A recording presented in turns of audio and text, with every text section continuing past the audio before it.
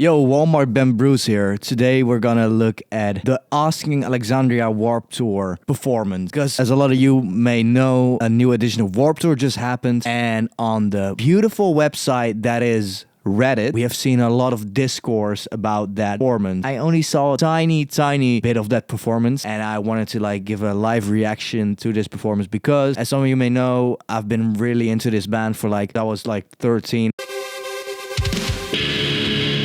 Especially the first 3 albums made such a huge impact on me and my own music. So the discourse has been that this band, and especially Danny, has really been just going downhill. And a lot of people are speculating that Danny just doesn't like this music anymore. He hasn't really been open about the new stuff they released not being his thing, but I think we all can kind of see that this is not the music guy's heart is at. Just go look on this Reddit to see what people are saying, because it's not good. I'm gonna do a live reaction to the performance, give my two cents about it. We're alive! I don't want to hear another fucking word about it.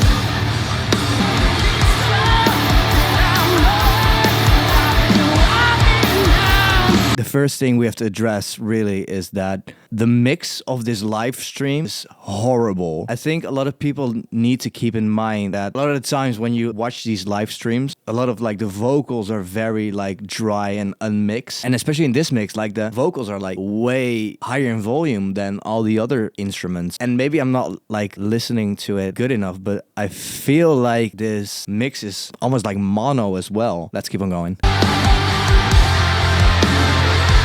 I don't care what anyone says, but Danny Warsnop is in my opinion, still to this date, a great fucking vocalist. If he puts his heart in it, in his screams, in his singing, in everything, he just sounds amazing. I don't know, I can't quite put my finger on it, what's wrong beside the mix, because there is something that's just missing. We all came here for one reason. We came here to have a good time. And together here this evening we shall do just that. I cannot have that good time for you. The fucking heart style.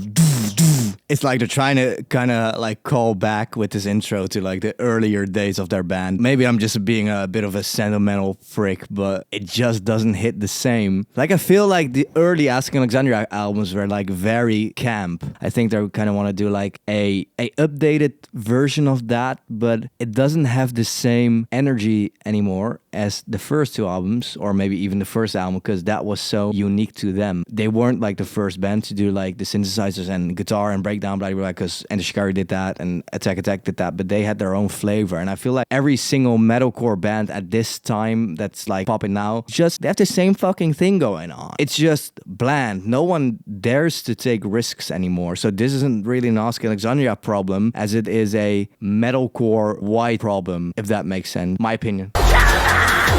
Side note, why the fuck is Danny wearing gloves? And what is this Kanye West fucking... Wait.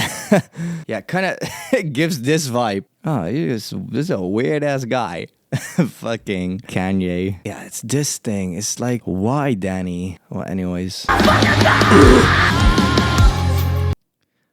Another thing people are really complaining about is the excessive use of the backing tracks, which isn't fair in my opinion. I'm talking about vocal backing tracks. But I feel every band nowadays kind of has to do that to make their live performances convincing, especially in comparison to their release studio music. Or you gotta have a million other vocalists to do their harmonies and stuff. But a lot of people bitching about backing tracks, but I don't feel you should bitch about that. Could just become an industry norm. Does that mean you have to accept it? That's an opinionated thing again as well, just a lot of these things are. But metal bands have been using backing tracks for ages. I think the difference here, do you wanna play back and convince the audience that this is you singing, or do you want to just boost the performance as a whole? Okay, that was a bit much. To be fair, it was this whole part was playback. Not playback, but backing track. It's not even trying to hide it. And people have been speculating that this outfit was helping try and hide his playbacking. I don't really buy that. The guy had some questionable outfits over the last couple of years. Breakdown time. A fucking scream the shit you have to scream, man. Fuck it, I'll just do it.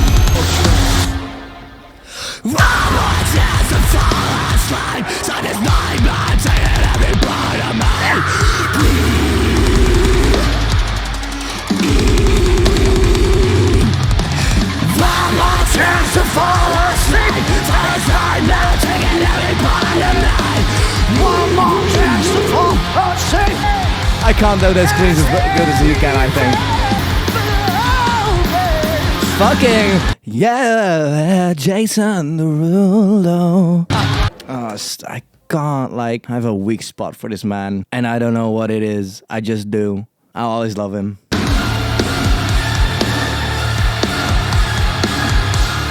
I don't know. It's that little synthesizer thing in the backing track that isn't in the original, right? He's our generation's Vince Neil, bro. What song is this again? Oh wait, Down to Hell. Let me check if that's on the original one as well. Oh yeah, they were touring with.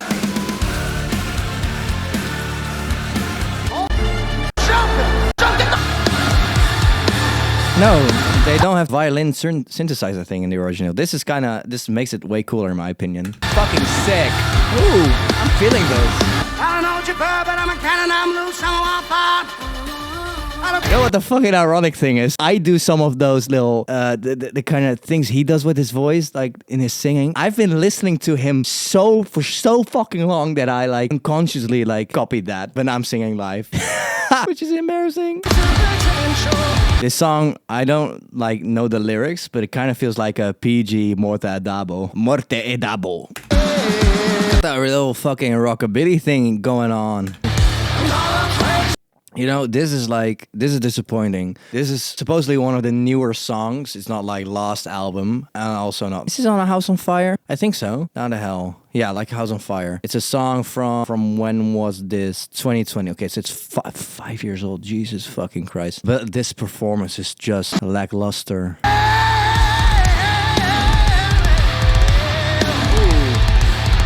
We have to acknowledge James Cassell's. Cassell? Sorry if I butchered your name, man. I should know this. Fucking hell, his drumming is so tight. Take your mouth back! Take your mouth back! Fucking underrated song, to be fair. A lot of people say like Danny should have never returned and they should have never made like the last couple of albums like After the Black, but I feel like the self-titled album gets too much shit. It's a great album, especially the singles. They're well produced. Danny's vocals are just top notch. It's a shame it's not heavy, but in my opinion it's an underrated album. But maybe I'm biased because when I made the guitar cover on this song back in the day, like fucking probably 10 years ago, it's my most watched video. It's a shame that he doesn't do the but he goes down, or the backing track goes up but he goes down. I kind of get it because it's really fucking high to like sing that part. It's like a really high note, but still.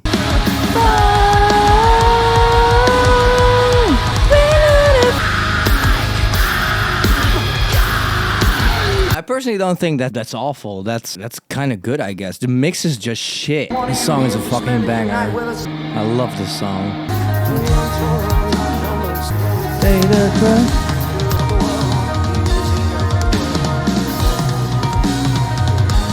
There's just no vocals here. This is kind of, I don't know what he's trying to do. Maybe he's just so ashamed of the previous material he made. He doesn't even want to like speak the lyrics about those albums. You never know. Fuck you all. I can't take it. When they tell you that I hate you and you hate me, don't fucking believe it. I don't hate you, Danny. I love you. Still. This song's about the government. What song is this again? House on Fire. That doesn't sound very happy, so I think we can assume.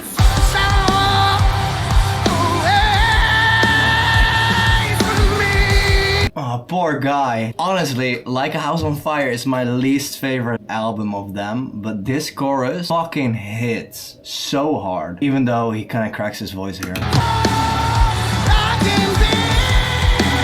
I can be!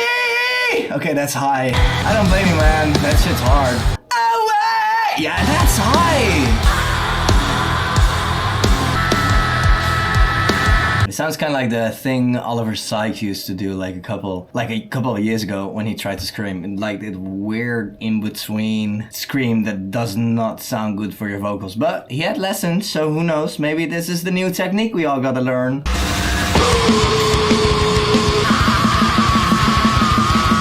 You told me you came here to have a good time.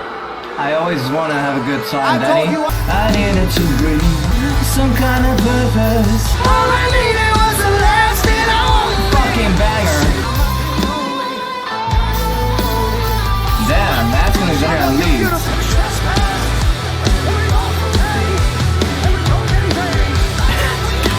Every broken dream. What? Don't pray for me. It's a long time ago since I last heard this song. Thank you for staying. Thank you for 18 wonderful years so far. 18 years, that's a long time doing this shit. Jesus Christ. Still sounds like a dream though. Hell yeah, Cameron, let's go. Sexy fucking man. Oh, that's a thick guitar tone.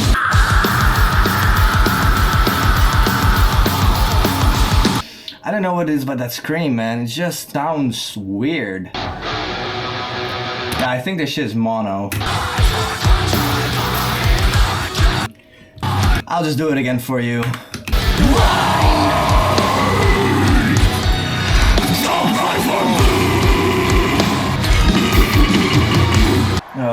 It wasn't as bad as people said it was.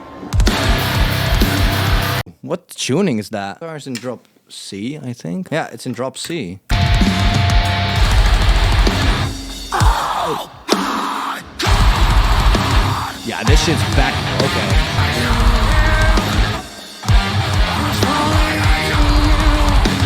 So it's funny to like hear his new vocals on the backing track of the final episode because it gives such a different vibe. I know it's like such a weird thing for me to say right now because he's just not doing his vocals live, but still his vocals change so much. It's like the same thing when they were gonna re-release some of the old songs with like Dennis Stahl back in the day in 2015 and they never released it, but funny hearing a different type of scream on the originals. Just interesting. This is where I kind of get why people say he's not even trying, because this is the point where I'm like, okay, I kind of see where people are. It's like, give him nothing, honey. Give him nothing, girl. Fucking try. Fucking, I'll do it again, Danny, if you don't want to.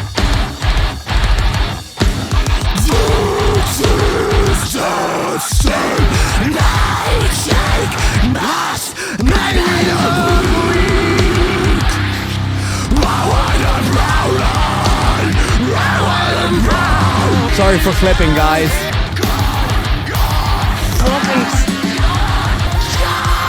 Have a wonderful rest of your night. Okay, so people were saying that Danny just stormed off stage right after the final episode and Cameron and Sam were just looking pissed. I don't really see that, to be honest. I'm gonna try and check again.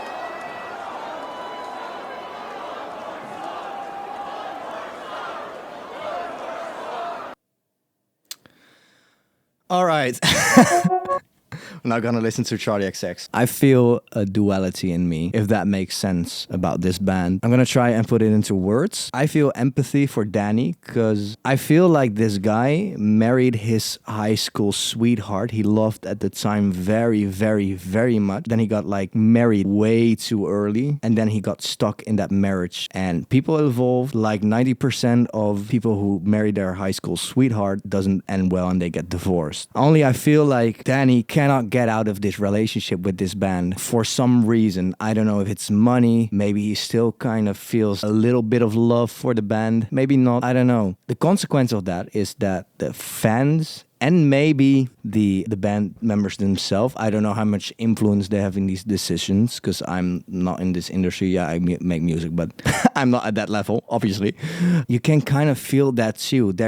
I feel like there's no love on that stage for the thing they do. Again, I don't know these guys personally, but it's just kind of hard to see. And I'm just a fan, and this is just a parasocial relationship I have with this band, I still kind of like Danny's performance. I have a weakness for this guy. He has such a, it's gonna sound weird when I say it now, but he has such a unique, good voice for everything he does. And you may think it's just cringe or cliche that this British guy makes fucking blues music, starts an 80s rock band, but you gotta still think of this 17-year-old kid. Remember how you were when you were 17? Starting your band, you like that music, and some people keep liking that music like me, and sometimes you fall out of love, and that's all right, but it's just a shitty situation for him. And I bet there are a lot of people who would like to fill in for him, including me, obviously, but I don't think that's ever gonna happen. Not specifically me, but like in general. I wonder what's gonna happen when maybe Danny quits or something else happens. Anyways, I think people have to keep in mind that these performances mixed shitty as fuck. These men have been doing this for 18 years, and I don't know, I have a really hard time having a harsh opinion on this. People are really spewing at this band, and I don't really feel comfortable with that. So yeah, that's just my 2 cents. So yeah, ask Alexandria if you ever need someone else. I'm your guy. Love you. Bye.